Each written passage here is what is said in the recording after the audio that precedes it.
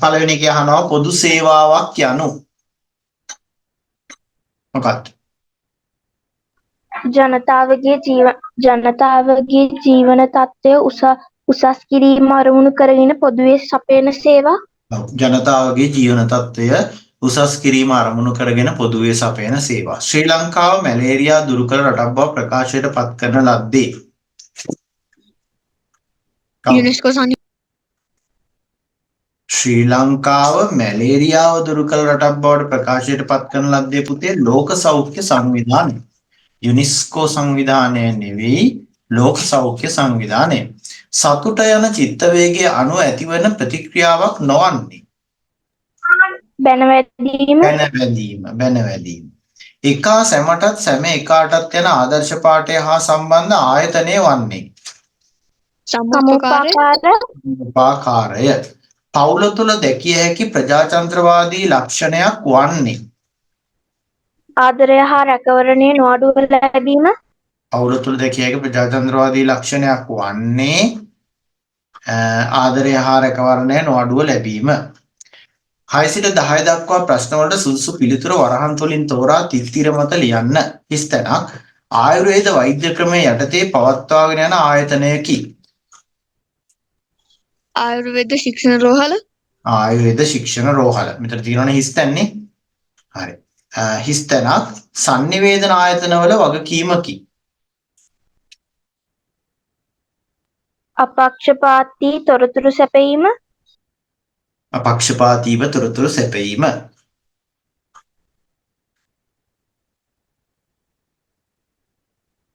8. ප්‍රජාතන්ත්‍රවාදී නායකයෙකු සතු ගුණාංගයක් විය යුත්තේ සවන් දීම. සවන්. හරි. නායකත්වයට අනුව කටයුතු කරන්න අනුගාමිකයා. හිස්තැනක් පරිසර සංරක්ෂණය සඳහා දායකත්වය ලබා දෙයි. මධ්‍යම පරිසර අධිකාරිය. 11 සිට 15 දක්වා වගන්ති හරිනම් හරි ලකුණද වැරදි නම් වැරදි ලකුණද වරහන් තුල යොදන්න. 11. ශ්‍රී ලංකා ටෙලිකොම් ආයතනයේ දුරකථන සේවා සපයනු ලබයි. හරි. වයස අවුරුදු 14 දක්වා ළමුන් සඳහා අධ්‍යාපනය අනිවාර්ය කිරීම රජයේ පියවරකි. වැරදි.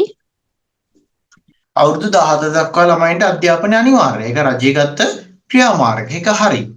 ජනමාධ්‍ය මගින් වර්තමාන සමාජයට කිසිදු හානියක් නොවේ.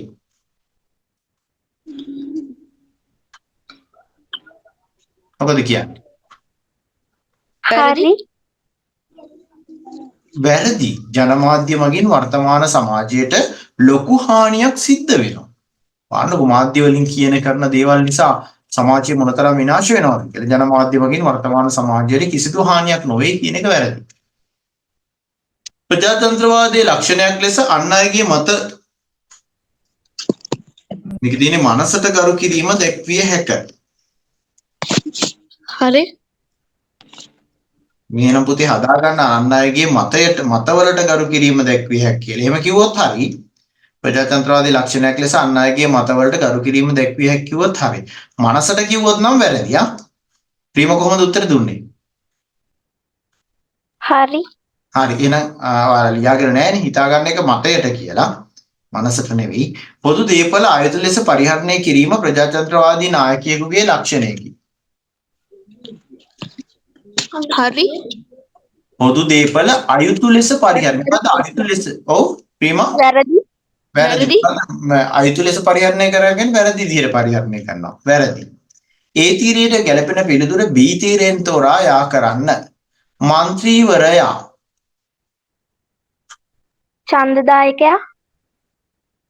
ඡන්දදායකයා. ජාතික ළමා ආරක්ෂණ අධිකාරිය. ළමා අයිතිවාසිකම්. ශ්‍රී ලංකා ගමනාගමන මණ්ඩලය. සිසුසරිය. නිදහස් අධ්‍යාපනයේ පියා.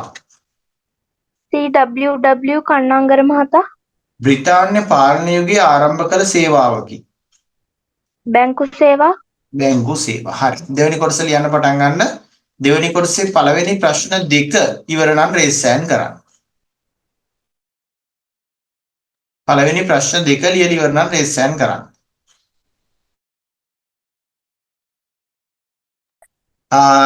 දෙවෙනි කොටසේ පළවෙනි ප්‍රශ්නේ පළමු ප්‍රශ්නේ අනිවාර්ය වේ. පළමු ප්‍රශ්නේ ඇතුළු තවත් ප්‍රශ්න 4කට පිළිතුරු සපයන්න. පළවෙනි කොටසේ අහනවා පොදු සේවාවක් යන කුමක්දයි හඳුන්වන්න. ජනතාවගේ නාත්මික සංවර්ධනය අරමුණු කරගෙන පොදුවේ සියලුම ජනතාව ප්‍රයෝජනයට ගත හැකි සේ රජය හා පොදු පෞද්ගලික අංශ මගින් සපයන සේවා පොදු සේවාවේ ජනතාවගේ ජීවන තත්ත්වය උසස් කිරීමට ගුණාත්මක අතින් උසස් කිරීම සඳහා රජය සහ පෞද්ගලික අංශයේ මැදිහත් වෙලා සපයනු ලබන සේවා අපි කියනවා පොදු සේවා කියලා. පොදු සේවාවල අවශ්‍යතා දෙකක් සඳහන් කරන්න. එදිනෙදා කටයුතු පහසු කර ගැනීමට අඩු ආදායම් ලාභීන්ට සහන සැලසීමට ඔව් එදිනෙදා කටයුතු පහසු කර ගැනීමට අඩු ආදායම් ලාභීන්ට සහන සැලසීමට තව දමිතු මොනවද ලිව්වේ තව වෙනස් උත්තර?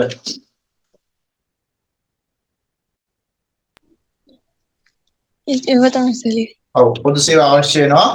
පොදු සේවාවල අවශ්‍යතාවය කියලා කියන නැත්නම් පොදු සේවා අපිට අවශ්‍ය වෙන්නේ කියලා කියනකොට අපිට ওই කියන දේවල් ගන්න පුළුවන් විශේෂයෙන්ම මේ එදිනෙදා අපේ අවශ්‍යතාවය ඉටු කරගන්න අපිට පොදු සේවා ප්‍රයෝජනට ගන්න පුළුවන්. ඊළඟ අඩු ආදායම් ලාභීන්ට සහන සැලසීමට සෑම පුද්ගලයෙකුට තනි තනිව සපයාගත නොහැකි සේවා ලබා ගැනීමට පුද්ගලයන් අතර ප්‍රදේශ අතර තියෙන සම්බන්ධතා පවත්වාගෙන යන්න භාණ්ඩ නිෂ්පාදනය බෙදාහැරීම වෙළඳාම වැනි ආර්ථික කටයුතු වලට පහසුකම් සලස්සන්න අපිට පොදු සේවා අවශ්‍ය වෙනවා. සෞඛ්‍ය සේවය මගින් ඉටු කරන කාර්යයන් දෙකක්. ඖෂධ ලබා දීම, සෞඛ්‍ය සපයා දීම.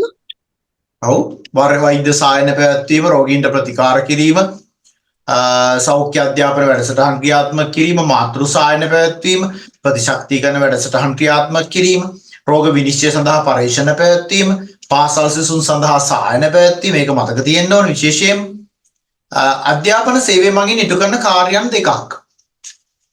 දරුවන්ට අධ්‍යාපනයක් ලබා දීම යහපත් පුරවැසියන් බිහි කිරීම ඔව් අධ්‍යාපන මගින් ඉටු කරන කාර්යයන් තමයි නව දැනුම ලබා දෙනවා, ජාතික සමගිය පෝෂණය කරනවා, යහපත් පුරවැසියන් බිහි කරනවා, සමාජානියෝජනය කරනවා පුද්ගලයෝ, ඊළඟට ජාතික අවශ්‍යතාවයන්ට ගැළපෙන පිරිස් සමාජයට එකතු කරනවා, සමාජයට දායාද කරනවා, වැඩ ලෝකයට ආර්ථිකයට ඵලදායීව ක්‍රියාකාරී විය හැකි පුද්ගලයෝ සමාජයට එකතු කරනවා. පොලිස් ස්ථානයක කාර්ය මණ්ඩලයේ නිලධාරීන් දෙන්නෙක්. පොලිස් ස්ථානාධිපති, පොලිස් පරීක්ෂකවරුන්. ඔව් පොලිස් පරීක්ෂකවරු, උප පොලිස් ස්ථානාධිපති, උප පොලිස් පරීක්ෂකවරු, පොලිස් සැරයන්වරු, පොලිස් කොස්තාපරවරු, පොලිස් කාන්තාවන් නැත්නම් පොලිස් නිලධාරියන් ඒගොල්ලෝ ගන්න පුළුවන්. පවුලක් තුළ දැකිය හැකි ප්‍රජාතන්ත්‍රවාදී ලක්ෂණ දෙකක්. වැඩිහිටියන්ට ගරු කිරීම, සාකච්ඡා මගින් තීරණ ගැනීම. වැඩිහිටියන්ට ගරු කිරීම, සාකච්ඡා මගින් තීරණ ගැනීම, ආදරය හෝ රැකවරණය නොඅඩුව ලැබීම, සමානාත්මතාවයෙන් කටයුතු කිරීම, සාමූහිකව නිවසේ කටයුතු වලට හවුල් වීම, දෙමාපියන්ගේ වැඩිහිටියන්ගේ නායකත්වයට ගරු කිරීම පවුලක් තුළ දකින ප්‍රජාතන්ත්‍රවාදී ලක්ෂණ. පාසල තුළ දැකිය හැකි ප්‍රජාතන්ත්‍රවාදී ලක්ෂණ. නායකත්වයට ගරු කිරීම, සහයෝගයෙන් කටයුතු කිරීම. ඔව් දමිදු කියන්න හදුව මොකක් හරි?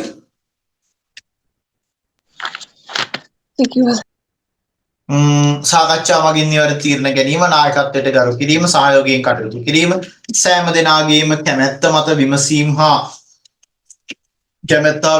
මත එකඟතාවලට පැමිණීම, උපේක්ෂාවෙන් ජය පරාජය විඳ ගැනීම පාසල තුළ දැකිය හැකි ප්‍රජාතන්ත්‍රවාදී ලක්ෂණ. සමාජයට නායකයන් අවශ්‍ය වන හේතු දෙකක්. නියමිත පරිදි සැලසුම් කිරීමට, අනුගාමිකයන් උනන්දු කිරීමට. ඔව් වෙනස් උත්තර තියෙනවා නම් කියන්න. ඇයි සමාජයට නායකයෝ? ඔව් රටේ වැඩ කටයුතු සමය පහසු වීමට. ඔව් වැඩ කටයුතු පහසු වීමට, ඉලක්කයක් කරා ගමන් කිරීමට, අනුගාමිකයෝ මෙහෙයවීමට, ඉලක්ක හඳුනා ගැනීමට, අභියෝග සඳහා මුහුණ දීමට, සැලසුම් සකස් කර ගැනීමට, සැලසුම් සඳහා සැලසුම් ක්‍රියාත්මක කිරීමට මේ සියලුම දේවල් වලට නායකයෝ අවශ්‍ය වෙනවා. මනස සංසුන් කිරීමේ අභ්‍යාස දෙකක්. භාවනා කිරීම, මල් වැවීම, සුරතල් සතුන් නැති කිරීම, ආගමික කටයුතු වල යෙදීම, පරිසරයේ රස විඳීම මේවා මනස සංසුන් කරන අභ්‍යාස. පොදු සේවා ප්‍රයෝජනට ගන්නා පුරවැසියෙකු ඉටු කළ යුතු යුතුකම් දෙකක්.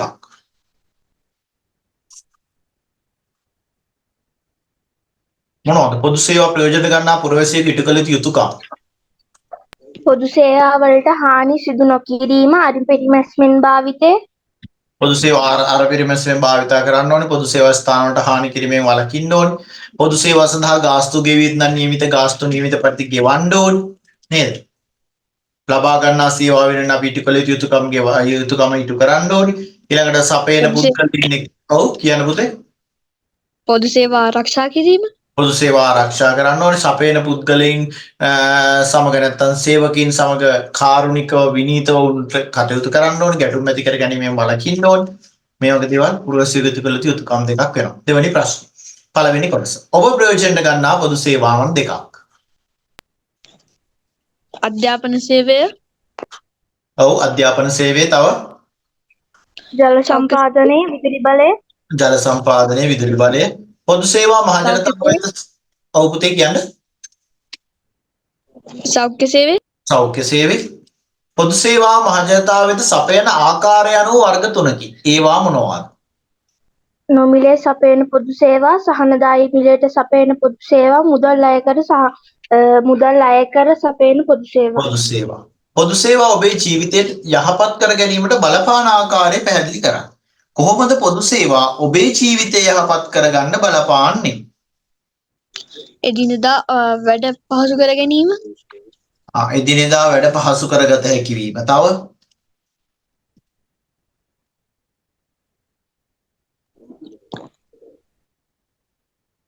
අපට තනිව භුක්ති විඳිය නොහැකි සේවාවන් ලබාගත හැකි වීම. තව එදිනෙදා කටයුතු සාර්ථක කර ගැනීමට, එදිනෙදා කටයුතු සාර්ථක කර ගැනීමට. පොදු සේවා ඔබේ ජීවිතය යහපත් කර ගැනීමට බලපාන ආකාරය පැහැදිලි කරන්න. කියන්න බාන පැහැදිලි කරන්න තියෙන විස්තරයක් කොහොමද ලිව්වේ ඔයාලා? විස්තරයක් ලිව්වද රීමා?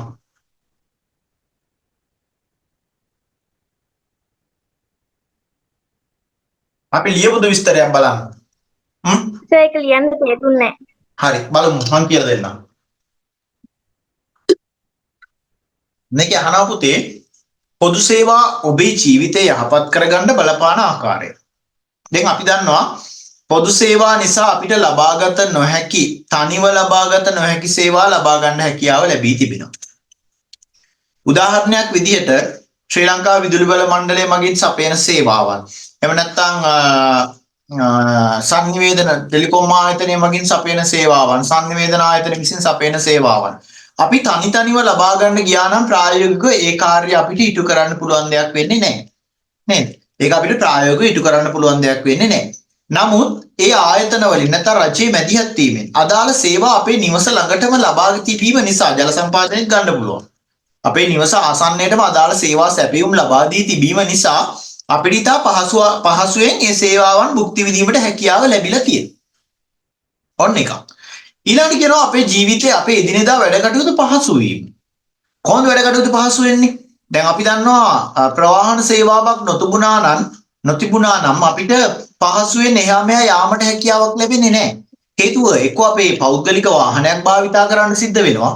නැත්නම් වැඩි මුදලක් ගෙවලා වාහනයක් අපිට කුලියට ලබා ගන්න වෙනවා. ඒතකොට අපිට හැම අවස්ථාවකදීම ප්‍රවාහනය ලබාගත යුතු හැම අවස්ථාවකදීම අපිට ඒ කාර්යය කරන්න බෑ. ඒ නිසා ප්‍රවාහන සේවාව අපිට ගොඩක් වැදගත් වෙනවා එදිනෙදා කටයුතු ඉටු කරගෙන යෑමේදී. ඔන්න සේවාවන් දෙකක් මම කිව්වා. තව හිතලා ඕකත් එක්ක තව හිතලා ලියන්න බලන්න. දැන් ලියන්න පුළුවන්ද රීමා? හා සර්. ලියන්නකෝ බලන්න දැන්. විස්තරයක් පුංචි විස්තරයක් ලියලා ඒක ඉවර කරලා මට කියන්න. ඒක බලලා යමු ඉස්සරහට. බලන්න තුන්වෙනි කියන්න බලන්න. අපට දුර බැහැර ගමන් යාමට සිදු වෙද්දී පෞද්ගලික වාහන නැතිවොත් කුලියට වාහනයක් ගැනීමට සිදුවිය හැක. එම නිසා අපට පොදු ප්‍රවාහන සේවා අවශ්‍ය වේ. ඒක හේතුවක් ඇතුව කිව්වා. මොකද්ද මේ දුව ඔයා ලිව්වේ?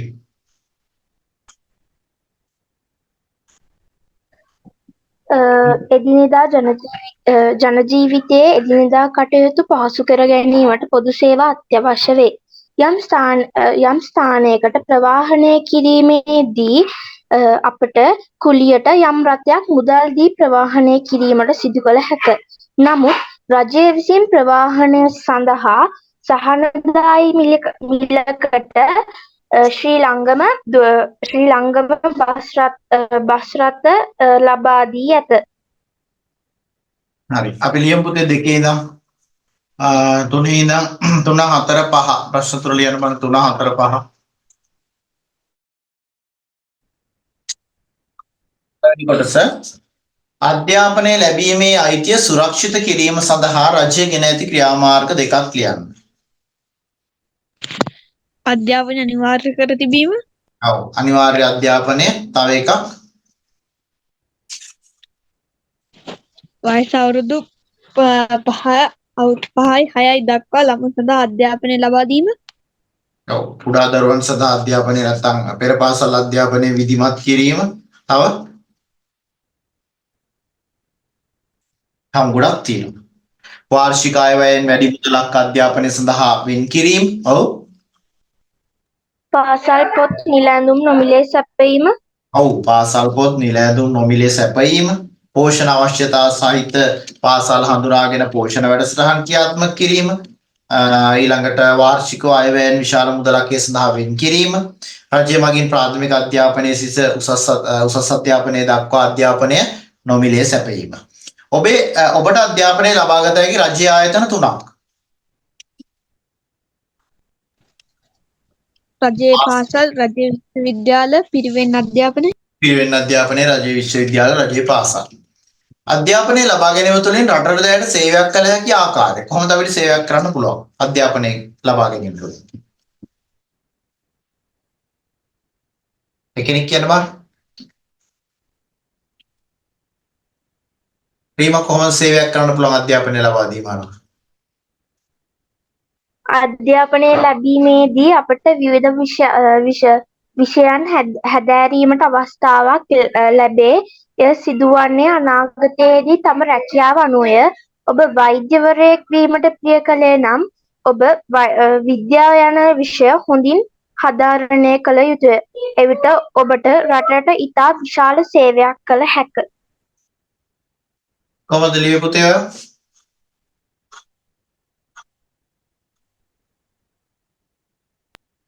ඒක ලිවෙන එක. ඉවරයි. ලියන්න ඕනේ ඒක විස්තර කරන ප්‍රශ්න තාරින්න එපා. එතකොට තමයි ලකුණු අඩු වෙන්නේ මේ භාගයේදී. අධ්‍යාපනය ලබා ගැනීම තුළින් රට දැයට සේවයක් කළ හැකි ආකාරය. අධ්‍යාපනය අපි පෙර පාසලේ සිට උසස් පෙළ දක්වා ඊළඟට විශ්වවිද්‍යාල අධ්‍යාපනය දක්වා අපි අධ්‍යාපනය ලබා ගැනීම හරහා අනාගතයේ වෘත්තීය අධ්‍යාපනයට ගැලපෙන පුද්ගලයෙකු බවට අපි අනාගතයේ වැඩ ලෝකයට ගැලපෙන පුද්ගලයෙකු බවට අපි පත් වෙනවා. වැඩ ලෝකයට ගැලපෙන පුද්ගලයෙකු බවට අපි පත් වුණාම අනාගතයේදී අපිට යම් රැකියාවක නිරත වීමේ හැකියාවක් ලැබෙනවා. ඒ රැකියාවක නිරත වීම හරහා අපි අපේ රටට දැයට රටේ ජනතාවට සේවයක් සිද්ධ වෙනවා අපි අතින්. ඒක තමයි අධ්‍යාපනය ලබා ගැනීම තුළින් අනාගතයට සේවයක් කරන්න පුළුවන් ආකාරය. හතරවෙනි එකේ පළවෙනි කොටස. මගී ප්‍රවාහන සේවා සපයන ආයතන දෙකක් නම් කරන්න.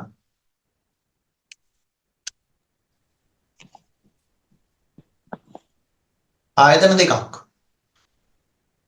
ශ්‍රී ලංකා දුම්රිය සේවය. ඔව්. මධ්‍යම ගමනාගමන මණ්ඩලය ශ්‍රී ලංකා දුම්රිය දෙපාර්තමේන්තුව. බස් ඩිපෝක සේවා සැපයීමට දායක වන කාර්ය මණ්ඩලය කවුද ඉන්නේ? බස් රථ කොන්දොස්තර ඩිපෝ කළමනාකරු රියදුරු කොන්දොස්තර වැඩමූලික ඊළඟට නඩත්තු කරන්න නැත්නම් කාර්මිකයින් මේගොල්ලෝ ඉන්නවා. පොදු සේවා භාවිතය නිසා ඇතිවන වාසි මොනවද? මොනවද වාසි පොදු සේවා භාවිතයෙන් අපිට ලැබෙන වාසි? පොදු ප්‍රවාහන සේවා භාවිතා කරන විට අන්තරක් වුවහොත් එයට වන්දියක් ගෙවීම. වන්දියක් ලැබීම නේද? පොදු ප්‍රවාහන සේවා භාවිතයේදී අනතුරක් සිදු වුණොත් අපිට වන්දියක් ලැබෙනවා. ලොකු වියදමක් අපිට දරන්න වෙනවද? පොදු ප්‍රවාහන සේවා භාවිතා කරනකොට සාපේක්ෂව අපිට අඩු වියදමකින් අපේ අවශ්‍යතා ඉටු කර ගන්න පුළුවන්. සුලභව තියෙනවා. අවශ්‍ය තරම් තියෙනවා. ඒ කියන්නේ අපි පාරට බැස්ස ගමන් බස් එකක් තියෙනවා. නේද? සුලභව පොදු සේවා අපිට දැක ගන්න පුළුවන්. මේ නිසා පොදු සේවා භාවිතය අපිට වාසිදායකයි. පස්වෙනි ප්‍රශ්නෙත් අපි බලමු. බලන්න පුතේ ඔයා සටහන් කරගන්න පස්සේ ලියන්න උත්තර. පවුල් වර්ග දෙක මොනවද? න්‍යෂ්ටික පවුල න්‍යෂ්ටික පවුල සහ විස්තෘත පවුල. පවුල් තුළින් දරුවන්ට ලැබෙන යහපත් දේවල් තුනක්. සාම්ප්‍රදායික දැනුම ලැබීම, ආදරය, රැකවරණය ලැබීම, පෝෂණය ලැබීම. ඔව්, අධ්‍යාපනය ලැබීම, පෝෂණය ලැබීම, ආහාර ලැබීම, නැත්නම් ආදරය, රැකවරණය ලැබීම පවුලෙන් අපිට ලැබෙන යහපත් දේවල්. පවුලේ සමගිය හා දියුණුව ඇති කිරීමට ඔබට දායක විය හැක්කේ කෙසේද?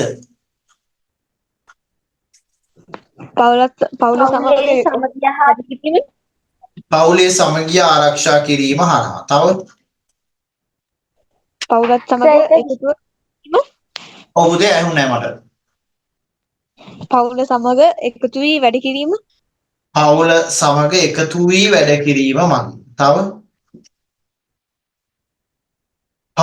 පවුල සතු දේවල්, අපේ පවුලේ දේවල් ආරක්ෂා කිරීම මගින්.